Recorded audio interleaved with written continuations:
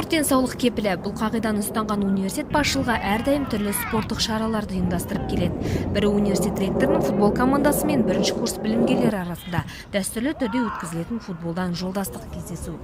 Ала доп ойыны университет табалдырығын алғаш аттаған білімгерлерді білім ордасының қоғамдық өміріне белсене араласу, қызметкерлермен еркін қарым-қатынас орнату мақсатын көздейді.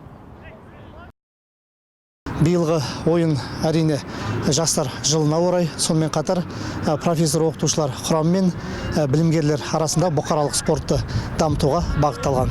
Бұл ойын осымен 3-ші жыл қатар дәстүрлі түрде ұйымдастырылып келеді.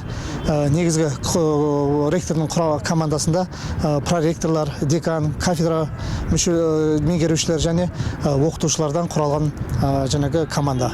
Осы ойын жылда дәстүрлі ұйымдастырады. Және бұл жастардың арасында осы футболға деген қызығушылық, жалпы спортты дамытуға өзінің үлкен үлесін қосады деген ойдамыз. Жолдастық кездесу биыл 3-ші мәрте ұйымдастырылып отыр. Ойын 2 таймға созылды. Ойыншылар осал болмады. Тартысты жарыста 3-3 есебімен достық жеңді. Алдағы уақытта салауатты өмір салтын ұстануға бағытталған мұндай шаралар әлі де жалғасын таппақ. Гүлнұр Қанатқызы, Ділмұрат Қазатұлы, оқу телестудиясы.